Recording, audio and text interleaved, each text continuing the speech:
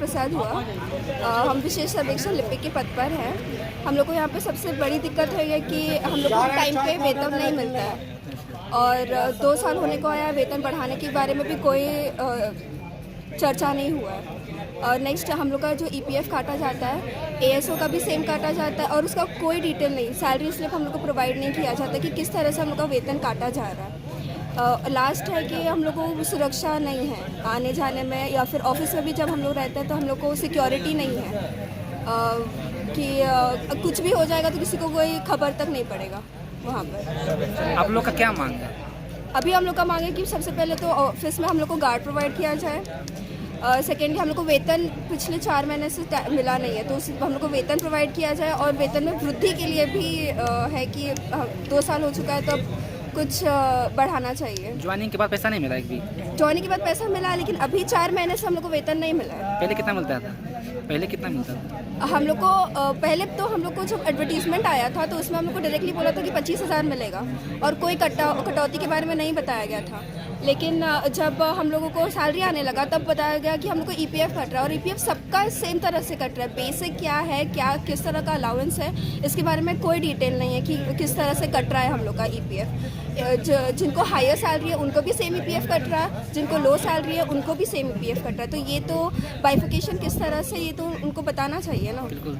और हमको salary slip के लिए बार बार एप्लीकेशन देना चाहिए। जब हमको सैलरी आए हम लोग को उसके साथ सैलरी स्लिप मिलना चाहिए। उसके ईएसआईसी मेडिक्लेम के बारे में कोई जानकारी नहीं है हम लोगों को। शिकायत क्यों की इसके बारे में? इस बारे में बहुत बार उच्च पदाधिकारी के बारे में रखा गया, लेकिन हर चीज़ के लिए एप्लीकेशन दो, पर ये तो मैंडेटरी है ना कि हर चीज़ के सैलरी के बाद तुमको सैलरी स्लिप देना है ऑफिस में एम्प्लॉयज़ को, और वेतन में वृद्धि के लिए भी है।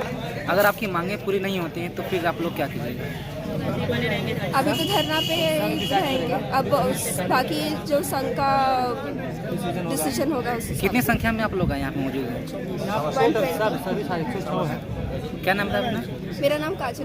उनको जैसे हटाया जाता है वही सब प्रक्रिया के तहत इनको भी हटाया जाए। जैसे संविदा कर्मियों को बिना कारण ही हटा दिया जाता है, उनको बिना नोटिस दिए हुए कुछ भी ऐसे ही, मतलब एक बार भी मौका नहीं दिया जाता उनको बोलने के लिए। लेकिन उस कमेटी में उनके रिपोर्ट में लिखा हुआ था जो जैसे एज ए परमानेंट एम्प्लॉय को हटाया जाता है उसी प्रक्रिया के तहत इन लोगों को भी हटाया जाए।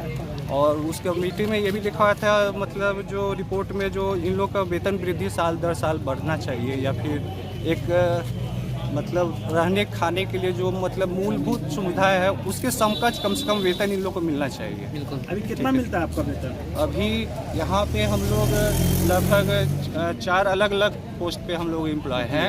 सहायक बंदोबस्त पदाधिकारी हुए, कानूनगो हुए, विशेष सर्वेक्षण अमीन हुए, लिपिक हुए। आप कौन सा मतलब पद पर हैं? मेरा पद है सहायक बंदोबस्त पदाधिकारी है। आपको अभी कितना पेमेंट? अभी 52,000 के लगभग मिलता है मेरे को, और कानूनगो को मिलते हैं लगभग 28,000 और अमीन को मिलते हैं 23,000 और लिपिक को भी लगभग 21,000 के आसपास है। और यहाँ पे जितने एम्प्लॉय हैं सब बीटेक डिग्री होल्डर हैं, सिविल इंजीनियर, और कानूनगो हुए वो लोग डिप्लोमा होल्डर है। तो हम लोग का वही डिमांड है, जो diploma holder as a JE को जो वेतन मिलता है लगभग 50,000, 52,000, 60,000, उनके समकक्ष कम से कम उन लोग को जाना चाहिए।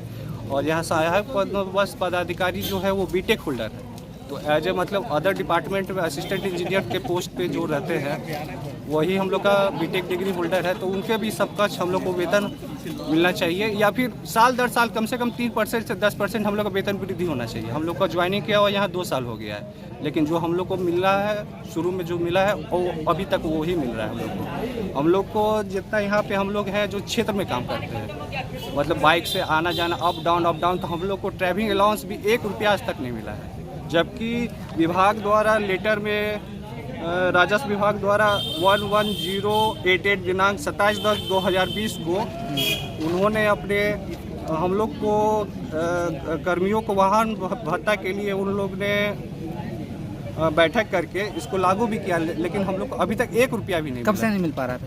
आज तक मिला ही नहीं, जब तक हम लोग ज्वाइनिंग किए।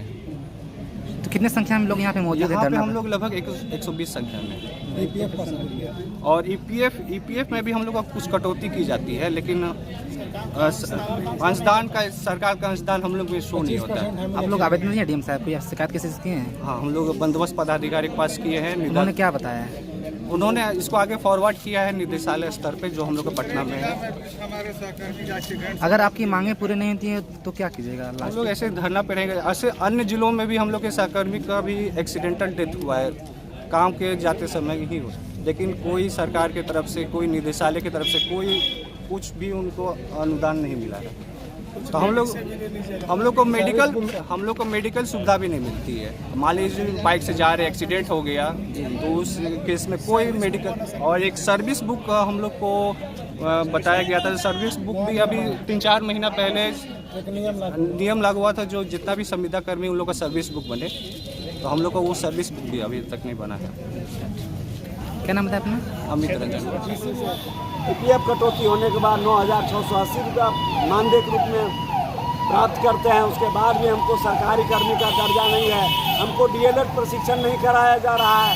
उसके बाद हमको विद्यालय परिवर्तन करके सेवा समाप्त करने की बात कहते हैं। हमको शोषण किया जा रहा है। हम तमाम शिक्षा सेवक इस घृणित षड्यंत्र का पर्दाफाश करने के लिए, हम अपना अधिकार प्राप्त करने के लिए, संवैधानिक मेरा अधिकार है, लोकतंत्र ने मुझे अधिकार दिया है, उस अधिकार के तहत मैं अनिश्चितकालीन धरना प्रदर्शन पर बाबा साहब अम्बेडकर प्रतिमा चौक मुख्य मांग क्या है? मेरा नाम प्रकाश बोध है। मैं संघ का जिला अध्यक्ष हूँ और मैं अपने न्याय और अधिकार पाने के लिए हमारे तमाम साथियों का अपार सहयोग मिला है। मैं अनिश्चितकालीन तब तक बैठा रहूँगा जब तक हमारे साथ न्याय नहीं हो जाता है, प्रतिनियोजन रद्द नहीं किया जाता है, हमारी वेतन में वृद्धि नहीं हो जाती है, हमारे तमाम तरह की सुविधा छीनी जा रहे हैं। मैं बता देना चाहता हूं पत्रकार महोदय, इस वंचित समाज को PHS राशन कार्ड से भी वंचित किया जा रहा है। अब इंदिरा आवास भी हमको मिलने की आस जो लगाए बैठे थे, उसको भी हमारा वह अधिकार भी छीना जा रहा है। 9,680 रुपये में हम अपने बाल बच्चा का भरण पोषण करें कि 10 किलो अंतर विद्यालय जो प्रतिनियुक्त किया जा रहा है वहाँ मैं ड्यूटी करूँ। बढ़ती हुई महंगाई से मैं काफ़ी परेशान हूँ। लगातार जो है डीजल हो, पेट्रोल हो, साग हो, सब्जियाँ हो, अन्न हो, अनाज हो, जितनी खाद्य सामग्री हो, जितना जीवन में उपयोग करने वाली वस्तुएं हैं, लगातार तमाम महंगाई बढ़ती जा रही है और हमको परेशान किया जा रहा है। मैं 9,680 रुपये में मैं 10 किलो अंतर विद्यालय में जाकर ड्यूटी करूं कि मैं बाल बच्चे का जीवन भरण पोषण करूं। मैं हम सब तंग आ चुके हैं। या तो हमको सुविधा दिया जाए या तो आर पार की लड़ाई होगी। हम आत्मदाह करने पर मजबूर हो जाएंगे, हम आमरण अनशन करने पर मजबूर हो जाएंगे। हम समरनालय, जम्मू समरनालय कलेक्ट्रेट गेट के पास घेराव करेंगे और हम डीएम साहब का आवास पर जा कर के जो है हम उनका कार्य व्यवस्था को अवरुद्ध करेंगे। इसलिए कि मैं दुखी हूँ। हम महादलित समाज से आते हैं, हम वंचित समाज से आते हैं। आज देश आज़ादी के 70 साल बाद भी हम गरीब हैं, हम लाचार हैं, हम समाज से छूटे हुए हैं, हम आर्थिक तंगी से लाचार हैं, शैक्षणिक योग्यता से लाचार हैं। हमको तमाम सुविधा अब छीनी जा रही है। एक षड्यंत्र के तहत हमारी सेवा भी समाप्त करने की बात कही जा रही है। पत्रकार महोदय, क्या नाम है अपना? मेरा नाम प्रकाश बोध है। मैं वर्तमान शिक्षा सेवक संघ जमुई का जिला अध्यक्ष के रूप में अपने संगठन का नेतृत्व कर रहा हूँ। हमारे हम लोग का जो मेन होते हैं वो सेटलमेंट ऑफिसर, तो उनको ऑलरेडी बता दिया गया। तो क्या बोले वहाँ से, क्या आश्वासन क्या मिला आपको? आश्वासन तो अभी फिलहाल कुछ नहीं मिला है। कुछ नहीं मिला? नहीं, मतलब कुछ भी वहाँ से आश्वासन आपको नहीं मिला? अभी तक नहीं मिला। तो आपका ये मतलब धरना प्रदर्शन कब तक जारी रहेगा? जब तक हमारी मांगे इम्प्लीमेंट नहीं किया जाए। अगर आपकी मांगे पूरी नहीं होती तो क्या कीजिएगा? धरना पे ही हम लोग रहेंगे, धरना पे रहिए। आंदोलन ही करेंगे। कितनी संख्या में लोग यहाँ पे मौजूद हैं? हम लोग लगभग 100 हैं, 100 ऑलमोस्ट 100 पार है। आपका मुख्य मुद्दा क्या रहेगा? मुख्य मुद्दा ये है जो मैं ऑलरेडी आपको डिस्कस कर चुका हूँ। अशोक चौधरी जो कमेटी है, एक मिनट